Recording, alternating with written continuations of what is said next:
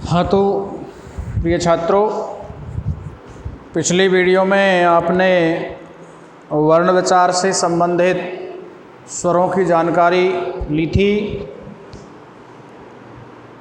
आपने 13 स्वरों का अध्ययन किया। 13 स्वरों को 3 भागों में विभाजित किया था, ह्रस्व स्वर, दीर्घ स्वर एवं प्लुत स्वर।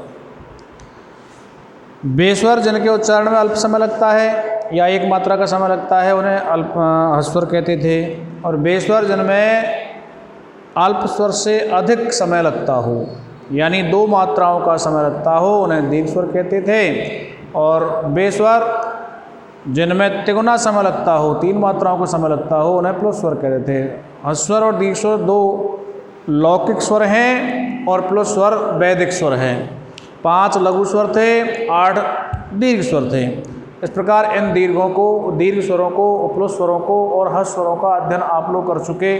फिर इसके बाद में व्यंजन वर्ण पर अपना विचार किया था। तो व्यंजन वर्णों में 25 स्पर्श व्यंजनों का आप अध्ययन कर चुके हो, जिसमें 5 वर्ग हैं। प्रत्येक वर्ग में 5-5 वर्ण हैं। अतः 5 × 5 = 25 स्पर्श व्यंजनों का अध्ययन भी आप लोगों ने कर लिया है, जिसमें के वर्ग, चे वर्ग, टे वर्ग, ते वर्ग, पे वर्ग। के वर्ग में के खे गे गणे, चे वर्ग में चे छे गणे, टे वर्ग में टे ठे गणे, ते वर्ग में ते थे गणे, पे वर्ग में पे फे फे में। इसके बाद में ऊपर प्रथम वर्ण, दूसरा वर्ण, तीसरा वर्ण, चौथा वर्ण, 5वां वर्ण भी दर्शाया था। तो पहले वर्ण में ऐसे अगर याद आप लोग कर लें तो और सुविधा रहेगी। प्रथम वर्ण के चे टे ते पे, दूसरा वर्ण खे छे ठे थे पे, तीसरा वर्ण गे जे डे दे भे, चौथा वर्ण घे झे ढे धे भे, और 5वां वर्ण णे णे णे ने में। इस प्रकार से भी अगर ये याद हो जाए तो बहुत ही अच्छा रहेगा। अब इसके बाद में जो स्पर्श व्यंजन लिखे थे आप लोगों ने 25, जिनको आपको बोर्ड पर लिख दिया गया था। इसके बाद देखते हैं 4 अंतःस्थ वर्ण होते हैं। 4 अंतःस्थ वर्ण यानी जो क्या है, ये व्यंजन होते हैं। ये वे रे ले, ये 4 अंतःस्थ वर्ण हैं। यानी इनका जब अपन उच्चारण करते हैं, ये वे रे ले या ये रे ले वे, जब इनका उच्चारण करते हैं तो ये यहाँ अंदर से बोलते हैं। आंतरिक भाग में जोर पड़ता है, ये रे ले वे, इसलिए इनको अंतःस्थ वर्ण कहते हैं। यानी अंदर है स्थित, अंतः मान अंदर, स्थ माने स्थित, अंदर स्थित रहते हैं, इसलिए इनको अंतःस्थ वर्ण कहते हैं। इसके बाद 4 ऊष्म वर्ण होते हैं। 4 ऊष्म वर्ण होते हैं। शे, शे, से, है। ये 4 ऊष्म वर्ण हैं। क्योंकि इनको ऊष्म वर्ण क्यों कहा जाता है? क्योंकि जब हम लोग इनका उच्चारण करते हैं, अपने मुंह से बोलते हैं, शे, शे, से, है, तो इनको बोलने पर अगर आप ऐसे हाथ लगाओगे तो मुंह से गर्म हवा निकलेगी। शे, शे, से, है, मुंह से गर्म हवा निकलती है। इस कारण से इनको ऊष्म वर्ण कहा जाता है, ऊष्म व्यंजन कहा जाता है। इसके बाद में 3 संयुक्ताक्षर होते हैं। 3 संयुक्ताक्षर होते हैं। संयुक्ताक्षर यानी 2 वर्णों से अगर कोई एक वर्ण बन रहा है तो वो संयुक्ताक्षर कहलाता है। जैसे आपका छे, ये के एवं से मिलकर बनता है, इसलिए ये संयुक्ताक्षर है। इसके बाद में है आपका त्रे, ये ते और रे से मिलकर बनता है। इसके बाद में आपका गे, ये गे और ये से मिलकर बनता है। तो 2-2 वर्णों के मेल से बने हैं ये तीनों अक्षर, छे, त्रे और गे, इसलिए इनको संयुक्ताक्षर वर्ण भी कहा जाता है। इसके बाद में एक अनुस्वार होता है जो इस प्रकार लिखा जाता है, और एक विसर्ग होता है, एक विसर्ग होता है जिसको इस प्रकार से लिखा जाता है। तो ये संस्कृत वर्णमाला के सभी वर्ण आपके सामने प्रस्तुत कर दिए गए हैं, जिनकी समरी है 13 स्वर, 25 स्पर्श व्यंजन, 4 अंतःस्थ, 4 ऊष्म, 3 संयुक्ताक्षर, 1 अनुस्वार और 1 विसर्ग। इस प्रकार शायद इन सबका टोटल करें तो 51 वर्ण हो गए। 13 तो स्वर हो गए, 25 स्पर्श व्यंजन हो गए, 4 अंतःस्थ हो गए, 4 ऊष्म हो गए, 3 संयुक्ताक्षर हो गए, 1 अनुस्वार हो गया, 1 विसर्ग हो गया। टोटल हो गए 3, 5, 8, 4, 12, 4, 16 है, 16 और 3 19, 20, 21 को 1 का चल 2, 2, 4, 1, 5, 51 वर्ण। टोटल संस्कृत वर्णमाला में 51 वर्णों का उल्लेख किया गया है। तो वर्ण विचार से संबंधित जो प्रकरण था, वर्ण विचार से संबंधित जो टॉपिक था, वो टॉपिक आपका अब पूर्ण हुआ। इसके बाद में आता है कि ये जो अपन लोगों ने 51 वर्ण पढ़े थे, इन 51 वर्णों का उच्चारण स्थान क्या है। ये हमारे शरीर के एक अंग है मुंह, उस मुंह के उस मुंह में जो भी अंग है, जैसे दांत हैं, होठ है, मूर्धा है, जीभ है, तालु है, नासिका है, इनमें से कैसे और किसका उच्चारण स्थान होता है। तो यहाँ अपन प्रकरण को चेंज करते हैं, परिवर्तित करते हैं।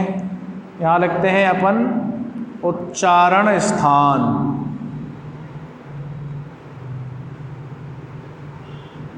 उच्चारण स्थानानि, यानी उच्चारण स्थान।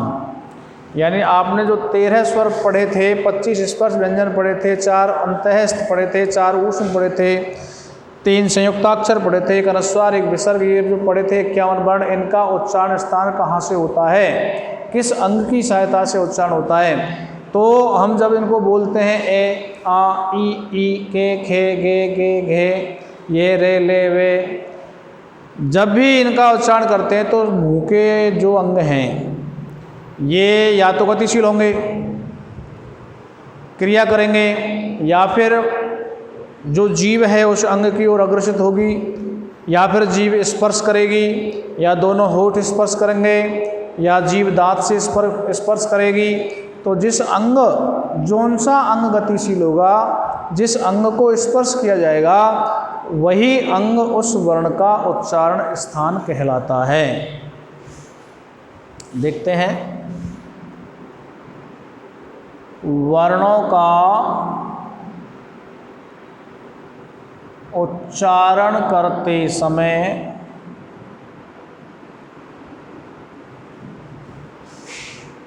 मुंह का जो अंग क्रिया करे अथवा स्पर्श करे तो वह अंग उस वर्ण का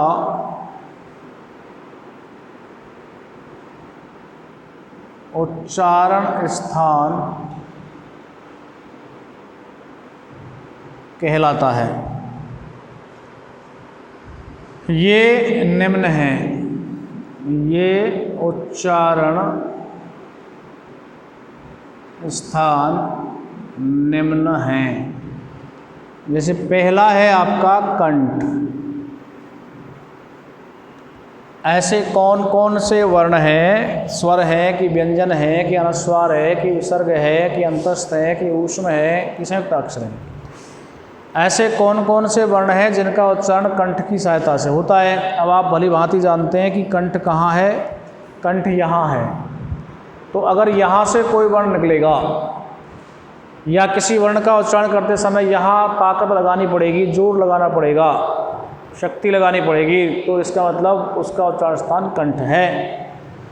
तो इन वर्णों को स्मरण करने के लिए इनको सूत्रों की सहायता से देखते हैं। यदि हमें सूत्र याद हो गया तो निश्चित रूप से हमें हिंदी याद करने की आवश्यकता नहीं है। हम प्रत्येक वर्ण के बारे में बता सकते हैं कि इसका उच्चारण स्थान ये होगा। तो जैसे कंठ है तो कंठ का सूत्र है, ध्यान से देखें, एकु है, एकु है विसर्जनीय नाम, विसर्जनीय नाम, एकु है विसर्जनीय नाम कंठ है, एकु है विसर्जनीय नाम कंठ है। इसको याद रख लेंगे। शायद मेरे हिसाब से यदि आप इसको मन ही मन में 4-5 बार बोलोगे, 1-2 बार लिखोगे तो निश्चित रूप से ये याद हो जाएगा। एकु है विसर्जनीय नाम कंठ है, एकु है विसर्जनीय नाम कंठ है। इसकी व्याख्या देखिए, इसका तात्पर्य देखिए, इसका अर्थ देखिए, इसका मतलब क्या होता है। सर्वप्रथम पहला वर्ण है इसमें ए, तो ए के 2 रूप होते हैं, एक लघु होता है, एक दीर्घ होता है। ए आ, ए को मतलब ए आ, फिर कु, जितने भी सूत्र आएंगे अगर उसमें कु, चू, टू इस प्रकार से आता है तो वर्ग माना जाएगा। कु, कु को मतलब के वर्ग, कु का तात्पर्य है के वर्ग, और के वर्ग में आप भली बात जानते हैं कौन कौन से वर्ण आते हैं, के, खे, गे, घे, णे। तो ए आ, के, खे, गे, घे, णे, एक है हल जो आपका ऊष्म वर्ण है। तो 5 तो इसमें हो गए के वर्ग में, 2 ये हो गए, 7, 1 ये हो गया 8 विसर्जनीय नाम, और 1 हो गया विसर्ज माना है विसर्ग, 9। तो 2 और 5 7 और 1 8 और 1 9 नाम कंठ है। इन वर्णों का उच्चारण कंठ की सहायता से होता है। कौन कौन से, ए आ, के वर्ग और है एवं विसर्ग। इन वर्णों का उच्चारण कंठ की सहायता से होता है। आपकी सुविधा के लिए इसको मैं एक बार लिख देता हूँ। अर्थात ए आ, ए का मतलब ए या आ, फिर कु, कु को मतलब के वर्ग, और के वर्ग में वर्ण आते हैं के, खे, गे, घे, णे, के, खे, गे, घे, णे, और है इसमें दे रखा है, और एवं विसर्ज का मतलब विसर्ग, एवं विसर्ग। इन 9 वर्णों का, 9 वर्ण हो गए, 2 5 7 8 और 1 9। इन 9 वर्णों का उच्चारण कंठ की सहायता से होता है। इन 9 वर्णों का उच्चारण कंठ की सहायता से होता है। अतः इनका उच्चारण स्थान है कंठ। अतः इनका उच्चारण स्थान है कंठ। कौन कौन से वर्णों का, ए आ, के, खे, गे, घे, णे, है एवं विसर्ग। इन 9 वर्णों का उच्चारण कंठ की सहायता से होता है। इस कारण से इनका उच्चारण स्थान है कंठ। जब अपन को बोलेंगे तो कंठ पर जोर पड़ेगा। ए आ, उंगली लगा के देख लें, तन्नाट सा आएगा। के, खे, गे, घे, णे, है। इनको जब बोलते हैं तो इनका जो स्पर्श है, इनका जो स्थान है वो कंठ की सहायता से हुआ है। अतः इनका उच्चारण स्थान हो गया कंठ। इसी प्रकार 9 वर्ण तो ये हो गए। कंठ में हो गए साहब कितने, 9 वर्ण। अब देखते हैं तालु। दूसरा तालु, तालु कहाँ होता है साहब? दांतों से ऊपर जो खुरदरा सा स्थान है, इसके थोड़ा सा और ऊपर, वो स्थान तालु कहलाता है। तो तालु से कौन कौन से वर्णों का उच्चारण होता है? जरा सूत्र को देखें। ई, चू, ये, शानाम, तालु। ई, चूए, सानाम, तालु। यहाँ देखें सूत्र को। ई, चू, ये, शानाम, तालु। इसमें देखें ई का मतलब छोटी ई और बड़ी ई। मैंने कहा था कि जहाँ कू, चू, टू आए वो वर्ग होगा, तो चू का मतलब चे वर्ग, और चे वर्ग के वर्णों को आप जानते हो, चे, छे, जे, झे, णे। और ये एक शे। कितने वर्ण हो गए? वही 9 हो गए होंगे। 2, 5, 7, 8 और 1 9। तो इन 9 वर्णों का उच्चारण तालु की सहायता से होता है।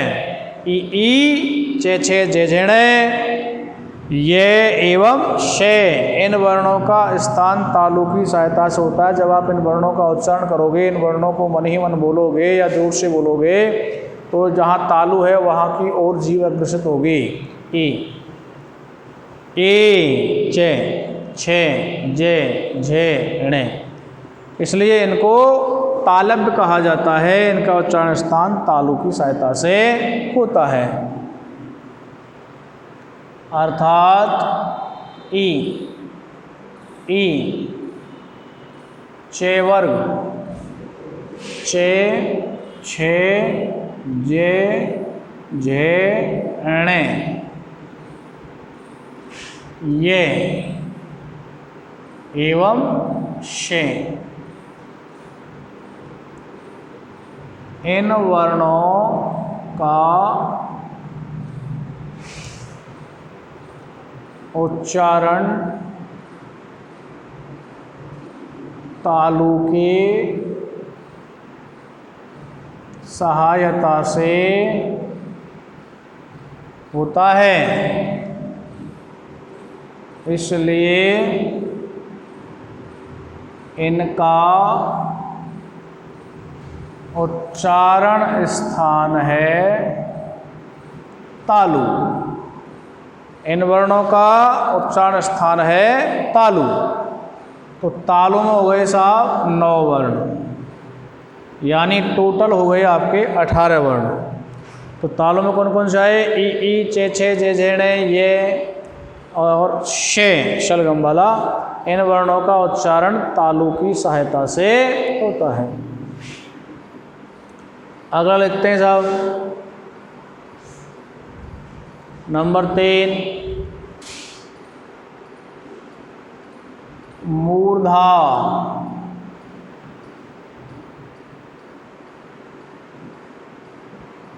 रेटोर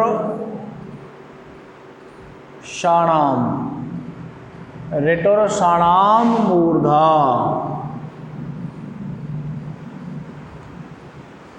रेटोर शाणाम मूर्धा, इसकी भी व्याख्या देखिए। री, टू, रे, शाणाम। री का मतलब वही क्या? छोटी री और बड़ी री। री, टू का मतलब टे वर्ग। टे वर्ग में आते हैं टे, ठे, डे, ढे, णे।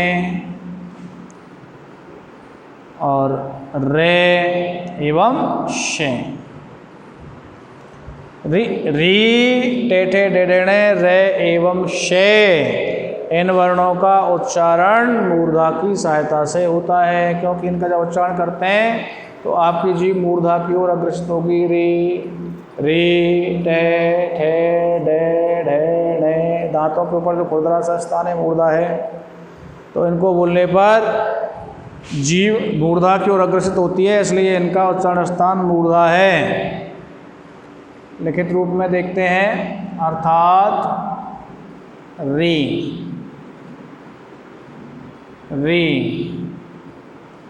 टे वर्ग में आते हैं टे, ठे, डे, ढे, णे, रे एवं शे। इन वर्णों का उच्चारण मूर्धा की सहायता से होता है, अतः इनका उच्चारण स्थान मूर्धा है। तो इनका उच्चारण अपन करते हैं री री, टे ठे, डे ढेणे और रे एवं से, तो ये मूर्धा की सहायता से उच्चारित होते हैं, इसलिए इनका उच्चारण स्थान मूर्धा है। ये वर्ण भी 9 हो गए, मूर्धा में हो गए साहब 9।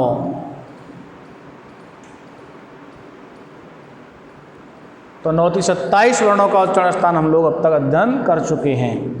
नंबर 4 आया, मान लीजिए दंतः।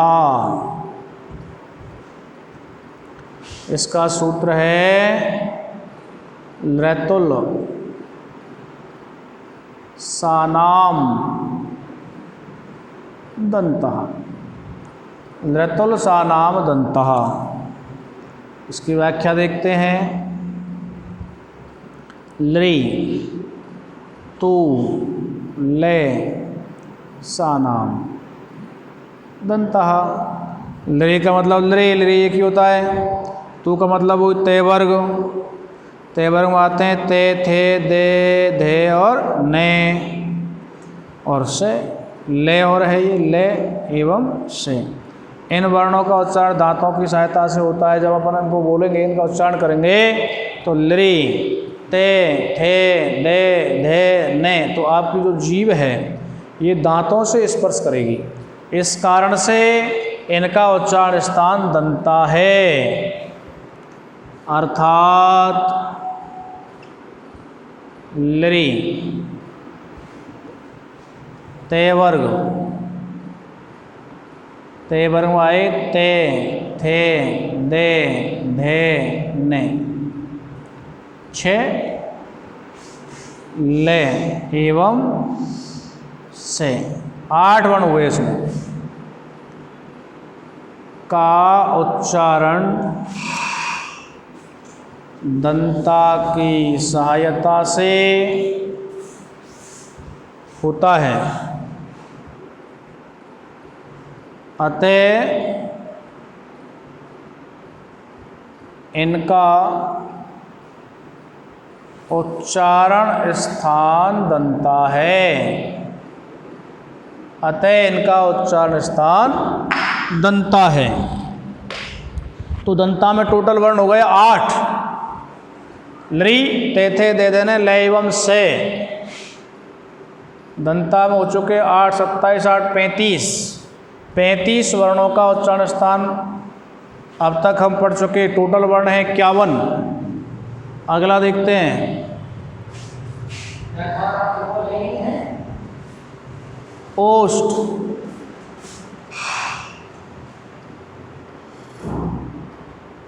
ओष्ठ, उपुपैध्य, मानीयानाम ओष्ठौ, उपुपद्य मानीयानाम ओष्ठौ। इसकी व्याख्या देखते हैं। उपुपद्यमानीयानाम ओष्ठौ, उ पु, उपुपद्यमानीयानाम 2 वर्णों का ही महत्व है इसमें। ऊ का मतलब आप जानते हो, ऊ और ऊ। पे का मतलब पे, फे, बे, भे, में। ये 5, 2, 7, इन 7 वर्णों का उच्चारण स्थान ओष्ठ की सहायता से होता है। जहाँ पर उच्चारण करोगे उ, ऊ और ऊ बोलने पर दोनों जो होठ हैं ये आपकी इन दोनों होठों की पूंगी सी बन गई। फिर पे, फे, बे, भे, में, इनको बोलेंगे तो दोनों होठों का स्पर्श होगा, इसलिए इनका उच्चारण स्थान होठ है। अर्थात ऊ, ऊ, पे वर्ग, पे, फे, बे, भे, में का उच्चारण ओष्ठ की सहायता से होता है, अतः इनका उच्चारण स्थान है ओष्ठ। तो ये हो गए साहब 7 ओष्ठ में, टोटल हो गए 27, 45 और 7 42 वर्ण।